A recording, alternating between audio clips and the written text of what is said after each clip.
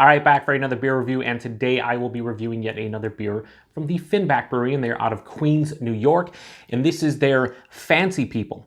So they are calling this a Hoppy Blonde Ale with guava, coconut, and pineapple. Comes in at 5.5% alcohol by volume. No IBUs listed at the time of review. This can is approximately 1 month old. So on the side here, it says Hoppy Blonde, dry hopped with Mosaic, and then finished with guava, coconut, and pineapple. So yeah, I mean, I don't review a lot of blonde ales on my channel, and the few that I have were basically just straight up American blonde ales. So this one actually has, 3 different fruits in it. It's dry hopped with Mosaic. It sounded pretty interesting, so we're gonna give it a go. Crack it open here.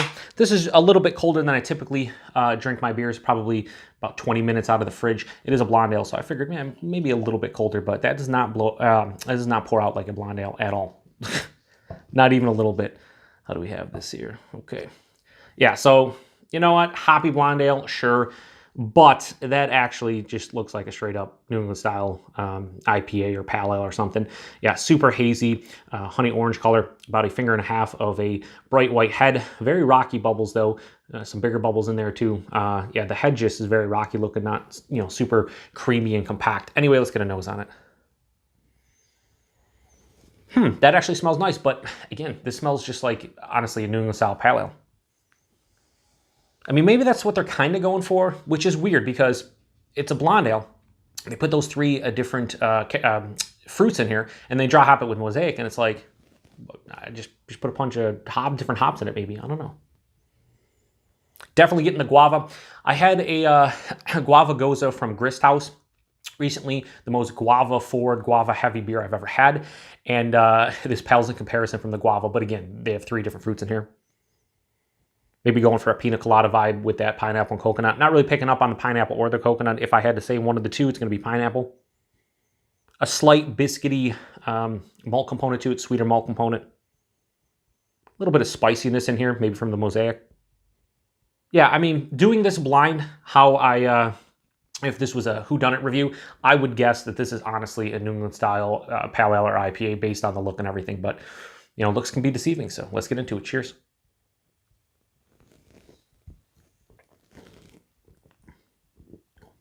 Yeah, that kind of drinks like a New England style pale ale.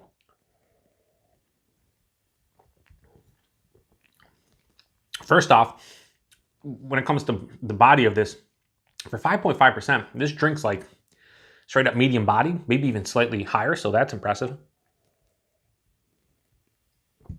The mouthfeel, it does have carbonation, and most blonde ales, I mean, you kind of want it to have, some kind of effervescent, spritzy, solid carbonation to it. And it does have that, but also on the back end, it's kind of soft and smooth. I would guess, even though this is a hoppy blonde, they're probably using a bunch of oats and maybe like flaked wheat and stuff.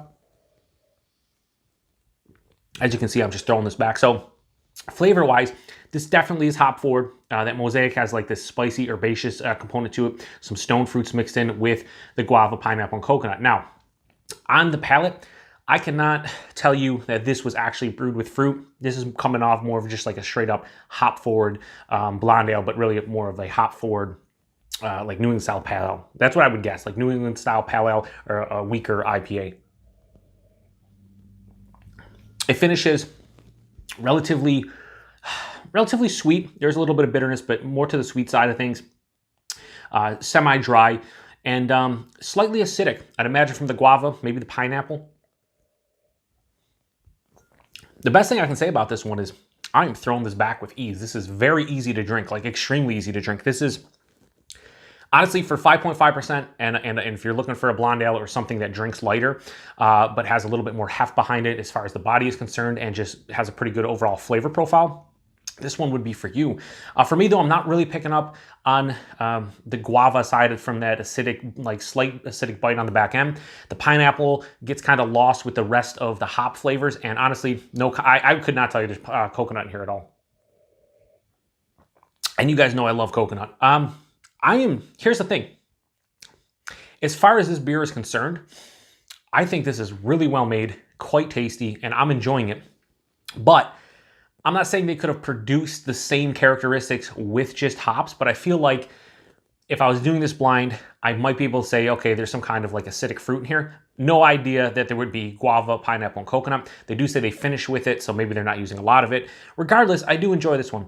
Now, if I was rating this a style and going for a Hoppy Blonde Ale with those 3 fruits, this would be like a 3.25, 3.5 at best. As far as my personal preference goes, I'm really digging it. So fancy people from Finback, I'm gonna give this a high 4 out of 5. I'm gonna go 4.1. Go 4.1 out of 5. It's really tasty. I should have actually bought a couple more cans because this is like a good fridge beer, something where, you know, you want lower ABV, something that's not gonna be super palate crushing and fatiguing. And this probably has a lot less calories than you would, you know, typically associate with a beer that kind of has flavors like this. So yeah, good beer. I really do enjoy this beer.